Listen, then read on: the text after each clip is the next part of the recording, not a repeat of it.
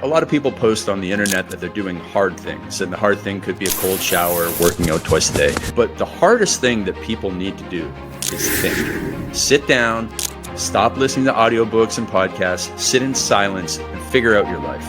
Figure out what really matters. Where do you want to be in 3 years from now? What exactly do you want your life to look like? This is BizNinja Entrepreneur Radio with your host, Tyler Jorgenson. Welcome out to BizNinja Entrepreneur Radio. I'm your host, Tyler Jorgenson. And as we go into season 15, that's right, 15 years of doing this show, there are only a handful of people. And by handful, I literally mean, I believe, 5 people that have been on this show twice. And I'm honored to welcome back that 5th person, somebody who their initial show was very impactful for me and for the audience, whose books and principles and teachings on how to approach your mornings, on how to approach discipline, how to handle collaboration and partnerships have been really, really impactful for me. Somebody who I've watched recently evolve into another generation of his life and being an awesome father, which I think is one of the coolest parts of his story. But welcome out to the show, Craig Ballantyne. Hey, this is going to be a lot of fun, man. Dude, I'm so excited. So we were catching up just a little bit before the show, and you were saying you've done a lot, you've moved a lot recently. You were, man, I mean, multiple countries in the last 5 years, multiple moves. Before we dive into everything that you're doing, how do you stay productive with all of that change in your life? Man, just do the same thing that you always do. Don't let anything come in the way of the regular routine. So it doesn't matter if it's time zone. If I went to London, England, I would get right back in the time zone as quickly as possible and just get back in the routine. And it's planning and preparation to eliminate the distractions, because most of the time when things don't go our way, it's because something distracted us, something got us off track, and we just needed to have done better planning and preparation to eliminate it. So I make sure that even if I'm going to Disney with my kids and I want to write for an hour in the morning, well, I'll get up my regular time, because I automatically get up because I've been getting up at the same time all the time. Get up, go to a coffee shop, work for an hour, come back, and then everybody's awake and away we go. So there's always a way, always find a way to do it. Awesome. So just it's a commitment, right? Totally. Just stay committed to the routine. It's like if you think about professional athletes, so you'd be like, oh man, how do you most people can't think about how they can stay on track with their work. Well, man, you got LeBron James, he's playing on the West Coast, he's got to fly back to the East Coast to play, game 7. Not only do you expect him to stay on the routine, but you expect him to play like the greatest game of his life, even though you would complain of jet lag. No, you just look at yourself as a pro. Yeah. And you know what? You show up when the game starts, right? You can't show up late and expect to still be able to be a starting player. Absolutely. All right, so we're going to go into something that you another one of your amazing accomplishments. You just published or are publishing The Dark Side of Discipline: Stop Chasing, Suffer Less, and Achieve More. We're going to go into this, and we're going a little out of order from what I normally do. But I'm okay with that because I'm so excited to talk about this book that you've written. What prompted you to want to create another book? Yeah. So it'd been 6 years since I wrote The Perfect Week Formula, and I'd spent a lot of time helping people overcome bad habits and, get more disciplined, more productive in their days. But I didn't feel like I had a full book of information. And then I started to realize a kind of a disturbing trend that a lot of people were chasing discipline and ending up actually destroying their lives. So it's weird because it's a double-edged sword, discipline, because in most cases, it can really help you change your life, but you can also take it too far. And when you take it too far and you chase discipline at the expense of what matters in your life, family, relationships, even chasing discipline at the expense of growing your business, like doing the things that are supposed to help in your business, it can destroy you. And I saw this in some of my friends who would go and do all the stuff they saw on their Instagram Explore page, all the hard things. And then they'd spend the rest of their time working in their business. And then, their wives walked out on them with the kids. And it was like, you impressed a bunch of people on the internet and you lost the people that mattered most. And it can happen. And so, and it happened to me too. Like, I used to be too disciplined, too rigid, and I would say no to things that mattered because I kept myself in this little prison of things that I had to do. And my discipline pendulum swung too far, but it swung too far for a reason, so that I could then come back and say, hey, wait, hold up, everybody. Let's deeply examine what we're doing and what we're aiming to get from it, and make sure that we're not doing something good that actually hurts something that is great. It's so true that sometimes when we go from one side of a pendulum swing happens, right? That we skip right past the middle and we go to an opposite extreme. And it's really fascinating you saying that people will oftentimes be so committed to their discipline that they're actually missing why they were being disciplined. Well, I was being disciplined so that I could do the better things in my business, but the better things in my business are now sacrificing because of my commitment to the discipline. What when you talk about stop chasing so that you can sever less and achieve more, like as that pendulum started to swing to the middle for you, what patterns did you have to break? So I had to break the pattern of thinking that if I broke a streak, right? Like I had an exercise streak of over 1,000 days, and there's no gold medals for this. And some of I talk about in the book, I did a workout in an airport lounge bathroom one time just so I could keep the streak going, because I was traveling to Eastern Europe and, just all the times in the flights. And it's like, what am I doing here? This is so ridiculous. For what? And so eventually you might come to that where you find yourself in a place like, how did I even get here? Actually, I think about this all the time with female bodybuilders who use steroids. Like, eventually they were like, I'm going to go to the gym and get fit. And then they got some validation from somebody. And then it's like, okay, I'll do a fitness contest. And then they get more validation. And then it's like, I'll do a more advanced one. And then all of a sudden somebody gives them steroids. And the next thing you know, they're a female bodybuilder. And they're like, what 12-year-old girl wanted to grow up and look like that? No offense to the female bodybuilders, but it's like there's a slippery slope that we put ourselves in these prisons of our own designs, and it's sacrificing the things that really matter in our lives. And it's just that, losing sight of what matters that I want to help people avoid so that they don't get themselves into trouble and miss out on things. It's fascinating you talking about the idea that like a girl going to the gym to get back in shape and just ending up like a victim of that pattern. I did kind of that same thing. I wanted to get back in shape years ago and started doing CrossFit. And then I got so wrapped up in it, I ended up owning 5 CrossFit gyms and owning an equipment company and owning all these and doing all these businesses that actually they weren't the businesses I wanted to do. They didn't have the higher level output. Like they didn't actually meet what my goals were, but I got caught up in it. Right. And so it was like, it wasn't really like discipline for discipline's sake, but I was no longer being intentional. And it cost me time. Right. And it actually ended up costing some parts of my health. I started working out less once I got involved in the ownership. So ironic. Yeah. It's so ironic. What is when you're talking about the dark side, right? So we're talking a little bit about the negative sides of it. Mm-hmm. What are you seeing as the answer to that?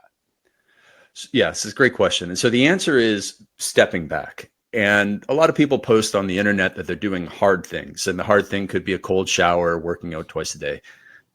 Sure, those are hard. But the hardest thing that people need to do is think. Sit down, stop listening to audiobooks and podcasts, sit in silence and figure out your life. Figure out what really matters. Figure out your big why. What's the reason that you're doing all of this stuff? What really truly matters? What are your core values? Then figure out the vision for your life. Where do you want to be in 3 years from now? What exactly do you want your life to look like? And paint it in such vivid picture that if you told it to me, I could watch it as a movie, that you were living on this street and this house, and this is your relationship, and this is your relationship with your kids. This is what your family does. This is what your family doesn't do. This is what you take for vacations. These are cars in the garage. This is the gym that you go to, the fitness regimen you have. I see your life. Great. That's a straight line to success.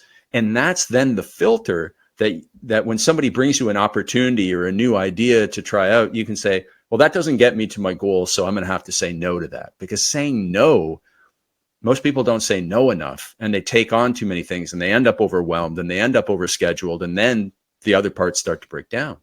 And then the final thing that they have to really think about is, what's my specific definition of success? So your definition of success was just get back in shape with CrossFit, but you ended up with 5 CrossFits, and that wasn't your definition of success. Yeah. But you ended up there.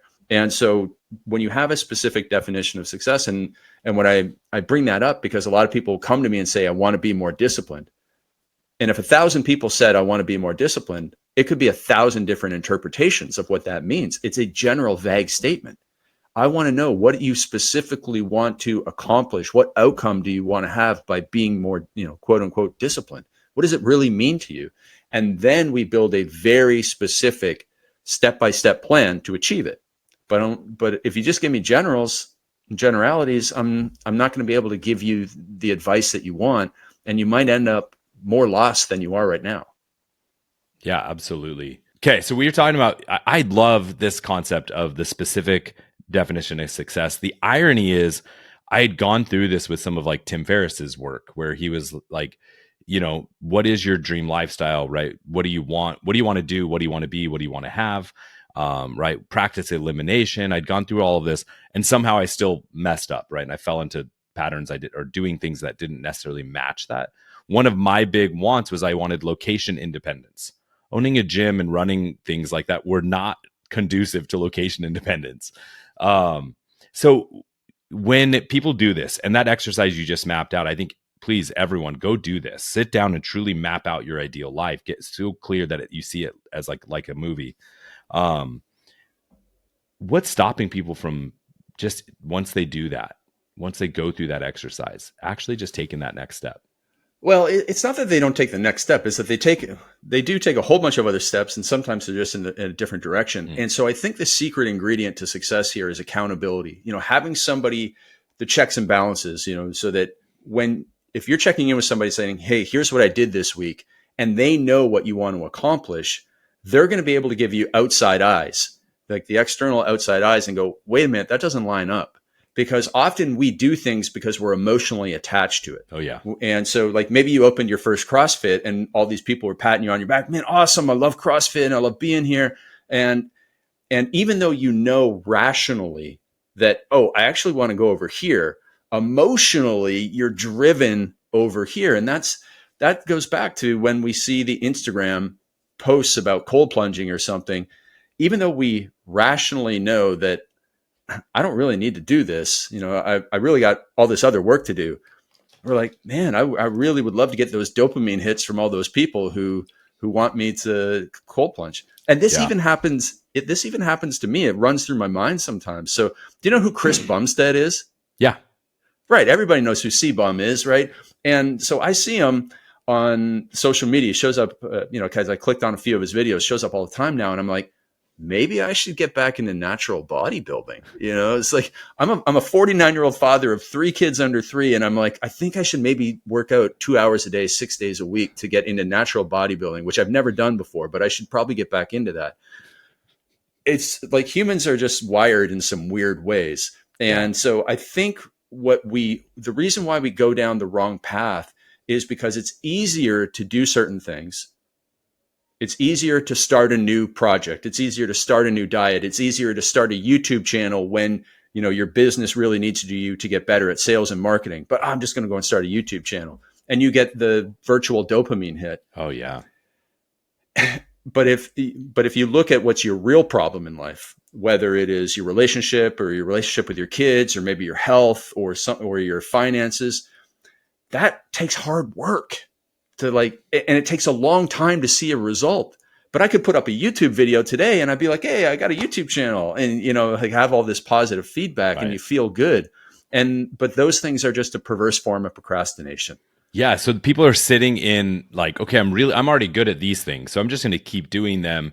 I'll get the internal and external validation instead of approaching, okay, where do I actually need to fix? What are the things that are actually going to, that might have to be done in secret, that maybe nobody else even knows I'm fixing, right? And so, and it takes a lot longer to see results of fixing it. Yeah. Right. So if, for a business owner who's like, well, I'm just going to go and start this YouTube channel, but the reason why my business isn't growing is because every time I get in a sales call and it comes time for me to, share the price, I wuss out and I say, I'll just send you a link. Well, that's really hard to improve on that. You have Right. to do some training and you have to get some feedback and you have to go through some rejection, and people be like, no, thanks. I'll go start the YouTube channel because it's easy. And They don't have to confront that challenge and Exactly. harder part. Craig, I want to real quick zoom back because I first of all, people, please go get The Dark Side of Discipline. Craig is just an amazing writer. You've got a co-writer with this one, Daniel Woodrum. Yeah. And I just think you need this if you want your business and your life to be operating at a higher vibration, higher level. But when we zoom way back, Craig, when was the first time you realized that you were an entrepreneur? I was a chicken entrepreneur, as what my mentor, Mark Ford, would say. I was not the type of person who was like, I'm quitting my job, or, I wasn't a 12-year-old lemonade stand person. I was a broke personal trainer, and I didn't want to be one. And I realized I have introverted tendencies. I'm not meant to be around people in a gym 8 hours a day. I was drained, and I really just want to sit behind my computer and read and write. And fortunately, the internet came around the same time that idea came to me, and I was able to figure out, just stumble across how to sell programs online. And so I stumbled into entrepreneurship, and really, maybe I'm not as much of an entrepreneur as I am unemployable. And if you're unemployable, I guess you got two choices. You can, try and live off the government, or you can be an entrepreneur. And so I chose to be an entrepreneur. And then I really got addicted to helping people. So this is actually a place where I have to be careful. I'll go and spend hours and hours and hours answering people's messages online at the expense of, like, maybe going and doing something with my wife or my kids. I'm like, whoa, man, dude, you got to put some boundaries on this. Right. But I see people struggling, and I believe that there's a simple solution for everything. Not easy, but simple. And I want to share that information. And so I'm probably most addicted to helping people, which is why I write books and make YouTube videos and do the podcasts and stuff like that. Because I just think that there's a simpler way of being successful in life, and I want people to know that. Yeah, I love it. You may not be the traditional entrepreneur, but you also have some amazing partnerships, joint ventures, and strategic partnerships with people who are, right? Yeah. How do you approach partnerships in a way that keeps you in your, honoring the life you want to create?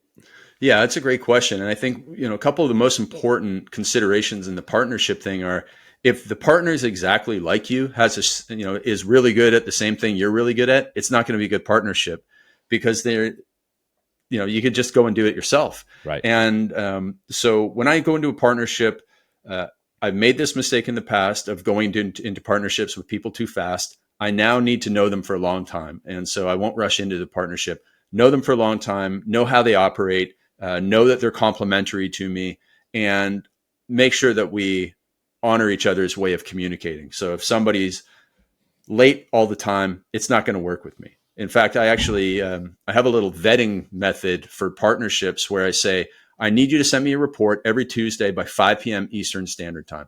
And if it's ever 1 minute late, I just tell them it's not going to work out. And some of my best, longest partnerships have been from people who send me something, at 3 o'clock in the afternoon, a couple hours early. I'm like, that person operates the way I do, because if I don't get something, my brain just starts running these loops. And so I've always done that. And then I've always just looked for generous people, because, I want to be with a good person in partnership who's going to be, look at it the same way I do, that even though it's a partnership, we're going to act as if it's 100% our business. And when you got somebody on the other side who's got that same mindset, it's going to work out. When I had Bedros Keuilian on the show, it was fascinating because he said the same thing. Yeah. Right. And you guys are partners in some things that have done businesses together. And I love that you both have that same mindset. It's probably why you crush things together. Yeah. And I love that you look for people that are generous. I think in a world where there are many people that are kind of stuck in a view of scarcity and limiting things, right? Generosity is such a superpower because it just brings about abundance and opportunity. Yeah, Bedros spoke at a recent mastermind that I did down there in California, and he said he no longer refers to himself as an entrepreneur. He said, I'm an agent of change. And I just thought that was so fantastic, because if you're a business owner, you start a business to make money and to maybe sell the business. And that's going to dictate how you make decisions. You're going to make decisions with a bit of a scarcity mindset in some cases. But if you're an agent of change, you're not really just in it for the money. You're in it for the impact on helping people. And then that changes the scope in which you make a decision. You might say, well, listen, I don't necessarily, I need to hire this person and they're outside of my range.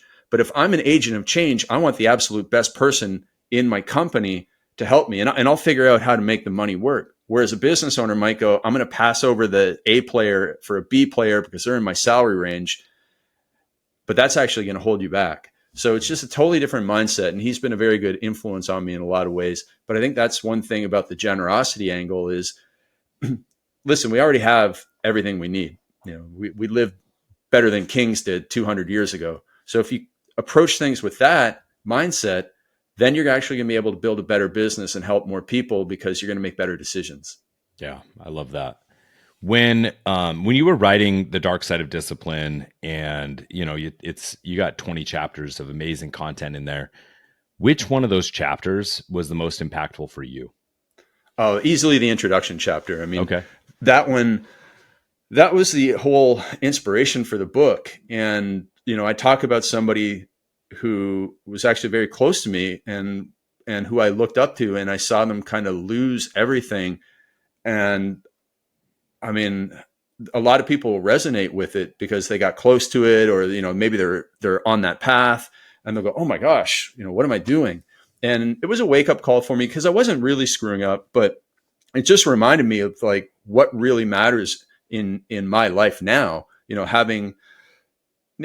when I was a single entrepreneur coaching married entrepreneurs, I got it. I understood the importance of it, but it's exponentially more important to me now that I have kids. Like, all I want to do is every morning I make them breakfast. Every nap time I put them down. Every bedtime I'm the one telling the stories, and I wouldn't miss that for the world. Yeah. And so it doesn't matter like how many people I could get validation from on the internet. None of that matters. No. And so that was a very, very, very important one. But the effortless discipline systems meet in the middle of the book are what really set me free from my bad habits. I think it's fascinating how when you are a single entrepreneur and you're talking about discipline, there's a lot of people that are in the like married with kids camp. They're going to be like, this guy doesn't know what it's really like. Of course he's talking this. But now you're like, well, I got 3 kids under 3. So now what? Right. But now I need to be more disciplined in the art of saying no. Yeah. The art of saying no. And I think that's where a lot of people get in trouble. There's a lot of like sub themes to the book. Like the 80-20 principle is a sub theme to the book because for those people that don't know the Pareto principle, the 80-20 rule, 80% of your results come from 20% of your efforts.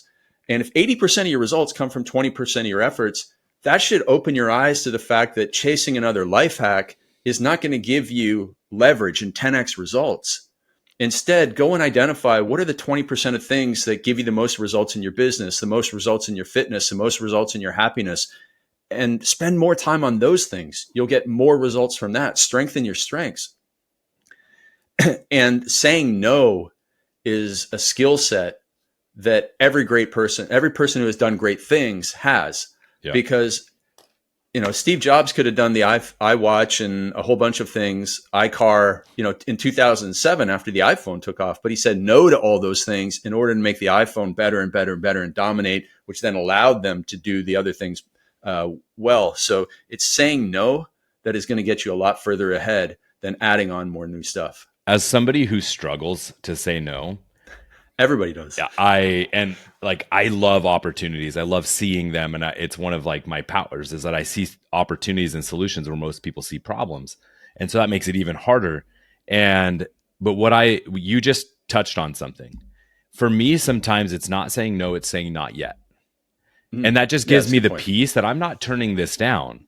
I'm just prioritizing and setting it into a different timeline.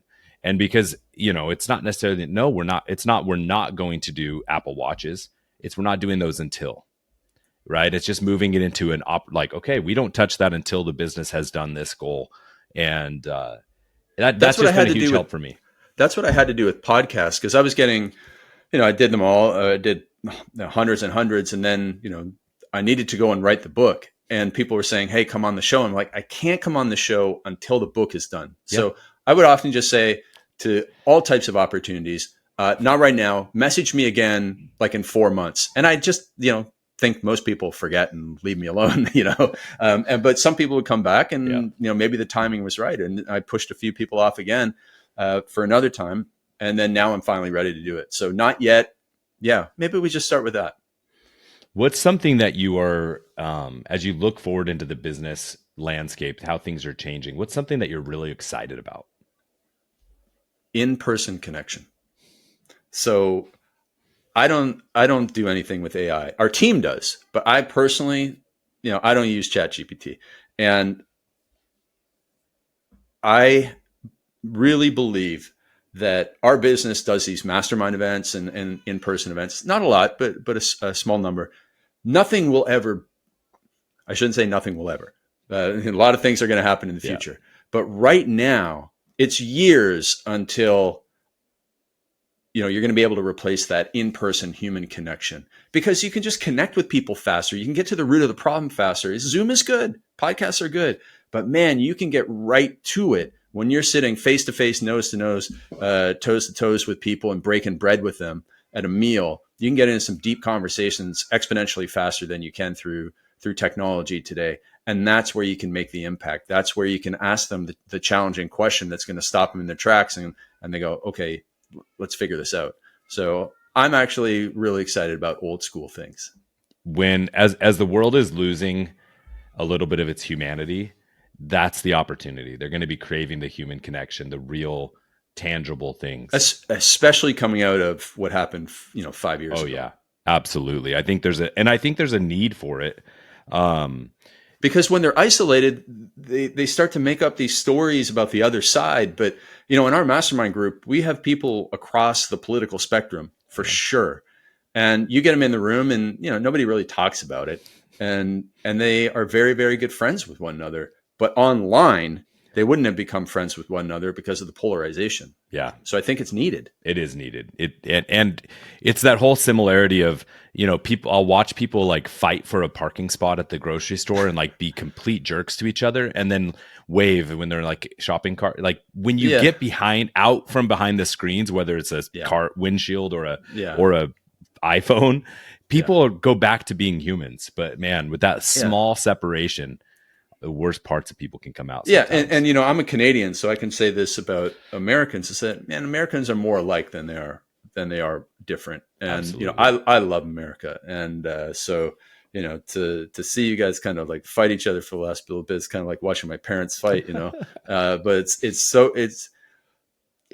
at least at the events, live events. It's awesome to see everybody come back together. I think that human connection is wildly important. Yeah. As you talk about really mapping out what your ideal life is. Mm-hmm. And I know your life has grown and evolved quite a bit over these past 5 years. What is one thing on your personal bucket list you're going to accomplish in the next 12 months?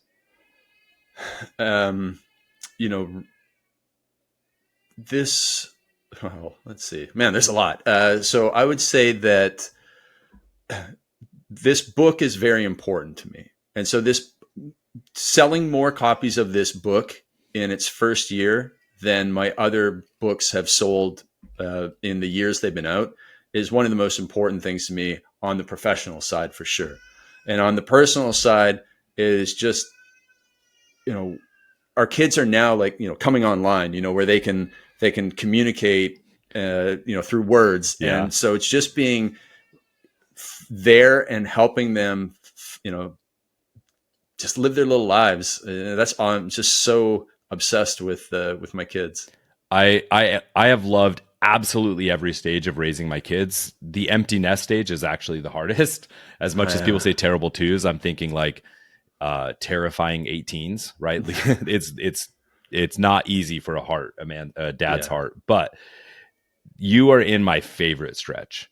Ages like 2 to 5, where everything is new, everything's amazing, and they can tell you that it's amazing. Oh, dude, you were just in for a world of joy these next few Yeah, years. like yesterday, like my 3-year-old, I introduced her to like Daddy Robot, and like she had never understood. Like now she's like obsessed. Everybody's a robot, and it's just so funny. Yeah, so funny. yeah, I'm loving it, man. Enjoy that stretch of time. Thank you. Everyone if you've been listening to this, I hope that you can see that there is power in discipline, but you got to do it right. And you got to know why you're being disciplined. And that means starting with the life that you truly want and making sure that your discipline serves that. Please go get The Dark Side of Discipline. Craig has poured his heart and soul and years of experience into it. And I'm confident it's a book that will impact you in a positive way. To all my biz ninjas, wherever you're listening, watching, or tuning in, it's your turn to go out and do something.